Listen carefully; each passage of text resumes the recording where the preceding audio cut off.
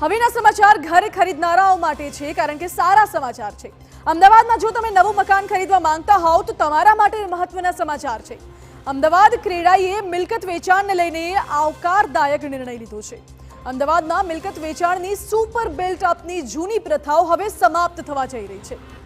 અમદાવાદ શહેરના દરેક બિલ્ડરો 1 જાન્યુઆરીથી તેમની રેસિડેન્શિયલ અને કોમર્શિયલ પ્રોપર્ટીના સોદાઓ રેરા કાર્પેટના નિયમ મુજબ જ કરશે। આ સાથે જ સમગ્ર ગુજરાતમાં તેમણે સુપર બિલ્ટ અપ એરિયાથી મિલકત વેચવાની પદ્ધતિને કાયમને માટે બાય બાય કરી દેવાનો નિર્ણય કર્યો છે। મિલકતના વેચાણની આ નવતર સિસ્ટમને કારણે મિલકતની કિંમતમાં 1 પૈસાનો વધારો નહીં થાય તેવો પણ દાવો કરવામાં આવી રહ્યો છે। તેને બદલે મિલકતના સોદામાં પારદર્શકતા વધી જશે। અત્યાર સુધી આપણે જણાવી દઈએ કે ડ્યુઅલ સેલિંગ પદ્ધતિ રેરા એરિયા અને સુપર બિલ્ડઅપ એરિયા મુજબ મિલકત વેચાણ કરવામાં આવતું હતું, જેને હવે દૂર કરવામાં આવશે।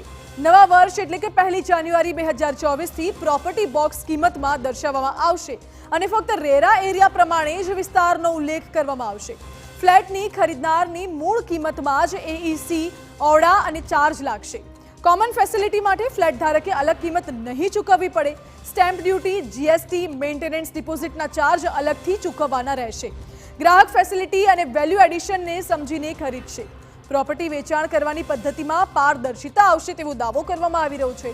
ખાસ તો આ પદ્ધતિના અમલથી માત્ર પ્રોપર્ટીના વેચાણ કરવાની પદ્ધતિ બદલાઈ રહી છે।